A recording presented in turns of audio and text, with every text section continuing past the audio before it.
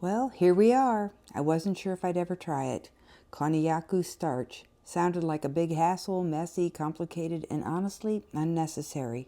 But I wanted stronger paper for my slow stitching projects. So I took the plunge. And let me tell you, the results were nothing like I expected. Here I am. I'm starting to mix up my starch. I took a quarter teaspoon of starch, mixed it with a cup of water, and I had watched other people prior to mixing this up because I was afraid I'd mess it up. So I'll link them down below. So if you want to look at their videos, you can. But anyways, they said to constantly stir and stir and stir. You really wanted the particles of starch to dissolve, like that, not just clump it up. So that's what I did. I mixed it up, mixed it up, mixed it up, and I'm not going to bore you with the whole bit of it, but I just wanted to give you an idea, and did little intervals of the stage of starch. So you can check that out. See, it's starting to thicken a little bit, and I just kept stirring and stirring and stirring and stirring, just like they said. They said to stir for like a half hour. And then what I ended up doing is stirring it so I thought that it was pretty well mixed up, and then I just closed it up and put it in the fridge for the next day. The Momigami that I've done, I've always used hand lotion. So Momigami is kneaded paper. It's an ancient Japanese technique that transforms your paper into a soft and pliable fabric-like material. And like I said, I have always used hand lotion for this, and the idea of the Konnyaku Starch really was like, I'm not sure, but I'm telling you, it's a game changer, and I'm so glad that I didn't skip it. So let's continue on and see what all the hype's about. So what we're going to go through right now is all kinds of paper that I've used. Right now I'm using mulberry, kozo. I'm going to use rice paper. I just wanted to experiment with everything. I did jelly prints. I did suminagashi. I did copier paper when I printed it off my copier. So a lot of the work was up front, which that's fine. I was able to just watch TV and stir up the starch, not a problem. And then I took the larger papers and just kind of cut them down, and that's what you're going to see here, is just going through the process of prepping for the starch application. So here's again some mulberry paper that I'm cutting down from the larger sheets. Here is the fiber with the textures within. I learned a lot about Momigami in that. So here's some more of the kozu, and it's got textures within. I loved this kind of a raspberry color. Now I'm getting into some of the more unusual. These are some monoprints that I did.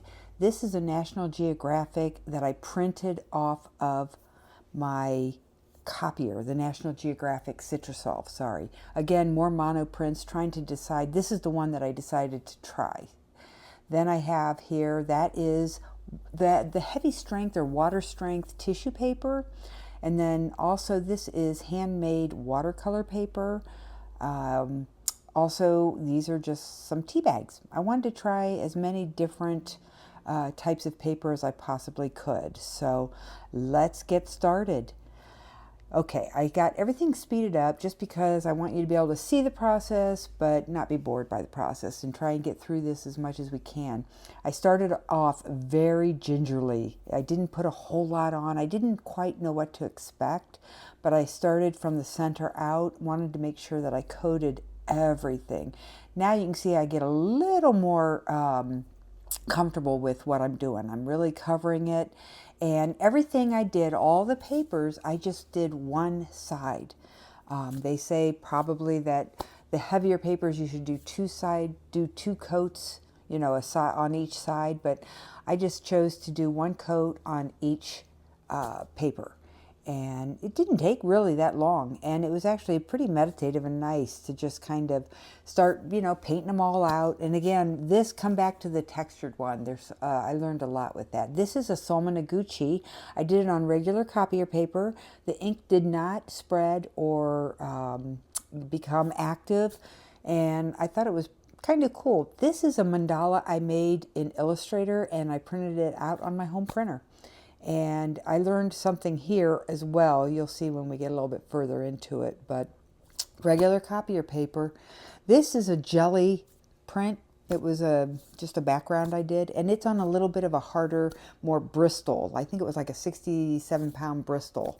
Then here is the tea bag that I did. Again, the tissue paper, it's that water-resistant tissue paper. I'll put that in a link in. It's pretty cool stuff. And then now we're going to do the National Geographic Citrusolve print. It's not the real paper. It's one I did a digital picture of it and then printed it on my photocopier. And here is the monoprint that I did. And this is also on a stronger paper. It's like a glossy paper. And here is the handmade watercolor paper. Again, I only did one side. And I didn't have in there earlier. I do paper dyeing as well. And this was a piece of it. And this is Somanaguchi on the handmade watercolor paper that I did. And again, I only did the one side, and that one really was cool. So that's it for the application. Now we have to wait until it's dry. Well, almost dry. You can see where some of the papers are still a little wet. You can see in the color variation. And I started off with this first one, the mulberry paper, and it was a little damp. So I've heard two camps on this, that you apply it, and when it's damp, go ahead and start kneading the paper. Well, I didn't quite like how that came out when it was a bit damp. So I kneaded it and kept kneading it just a little bit and hoping that it would, take on a little bit more of the wrinkled appearance. And I really kind of squeezed it a lot. But the texture does feel different than the hand lotion, and I think I like it a lot. No, I don't think. I do like it a lot better than with the hand lotion. It's not greasy. It's just a different material feeling. It's really nice. So I just kind of moved through all of the pages here, and I'm going to speed it up just a little bit. You can see here where it was dry, and that was a little damp. Okay, so now we can move on. I've sped it up just a little bit, and I have this paper. I'm sorry, I don't remember which paper it was, but it was dry. And if you notice, you'll be able to see the actual kneading has created, I can't help but say, better wrinkles. They just are more defined, and the texture of the actual paper just feels different. And I really liked how it felt, how it looked. And I thought the white, you could see pretty good how beautiful it looks and the things that you'll be able to do with it. This was my favorite. It's a little damp, but not much. And it worked well. It just really, the kneading process of it does definitely feel different than doing the lotion. And I thought the lotion was the way to go, which it's not bad if you're in a hurry, but if you have just a little bit of opportunity to plan, this I highly recommend, and you'll see exactly what I mean, because I have so many projects planned for this. I've done jewelry, I've done notebooks, I did little notebooks, so I just think with the texture that the starch brings to it, really does make it fabric, like fabric. And take a look at that. That just is really amazing. As you can see, with not a whole lot of kneading necessary. Towards the end, I'll show you the size variance, because that's incredible versus from where we started to where we were. I couldn't help. I just had to keep on kneading and see how the kneading process changed the paper so much. It was just really, really pretty as I kneaded it. And the amazing thing, none of these ripped. Whereas with the lotion, some of my papers did rip. And now I'm moving on to the green mulberry. The raspberry and the green were of the same family, where I purchased them from an art store.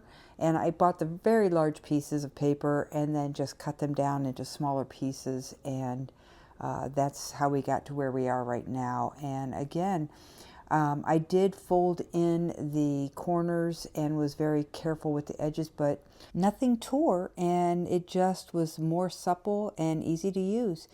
Here is the mandala that I made in Illustrator. I had it as a digital file and was printing it on my computer. I thought it was dry. I thought the starch was dry on it as I started to knead it. And I kneaded it through. The paper did react differently with the starch than it did with the lotion, the 20-pound copier paper. It did not tear or anything like that. I like folding the corners in, even on the handmade or on the machine-made papers. It just seems to protect it. But here I noticed there must have been a spot where it was damp, and it picked up on the image. You can see here where there's like a white spot now, so this was not completely dry. I think I made my decision that having it completely dry is the way to go for sure. This is the Sumonagashi print, and I did that on regular copier paper as well, and it turned out really cool.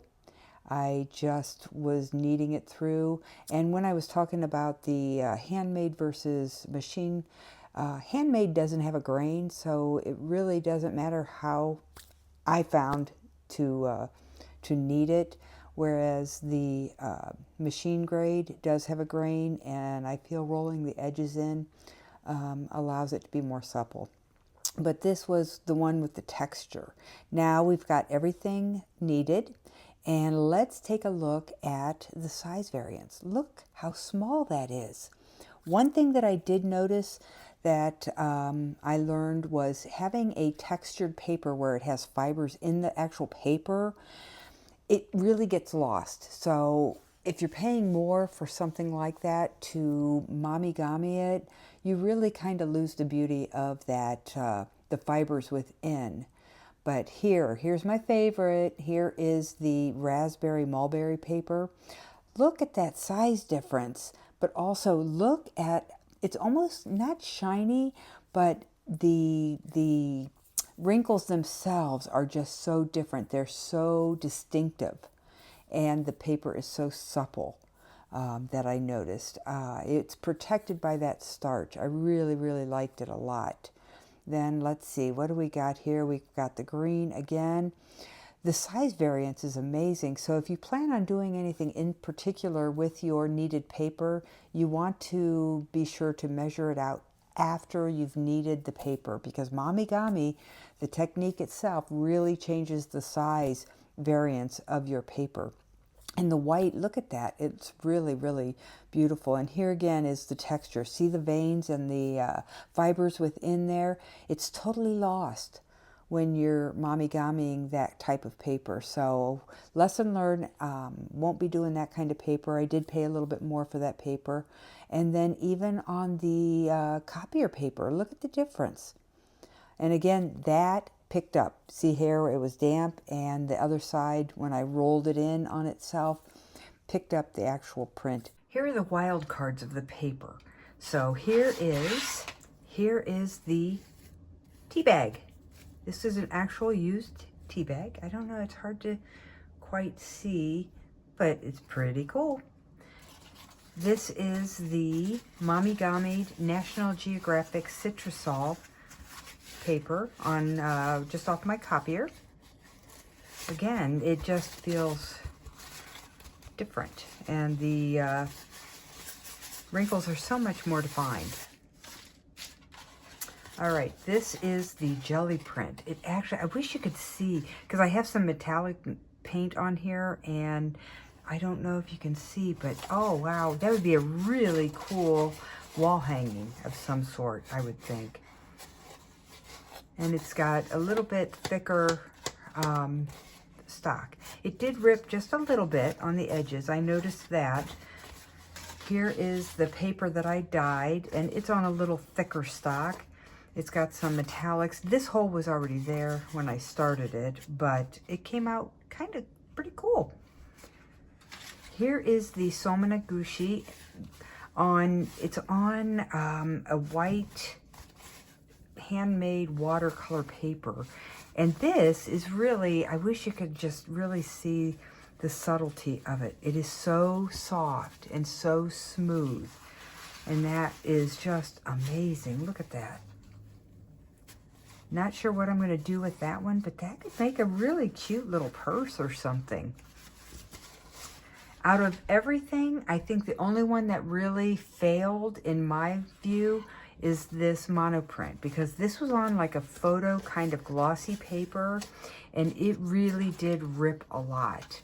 Overall, the whole thing, you know, the inks ran on here, and the paper cracked more than anything. So I would say probably out of all of them, this was my big fail.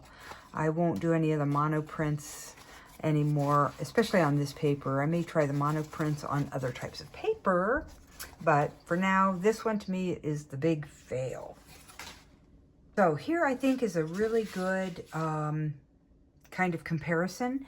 This over here is one of the first that I did, Momigami.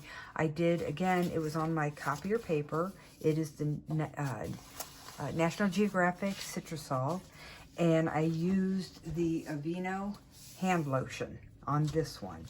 And you notice that the overall appearance just isn't as distinctive as this.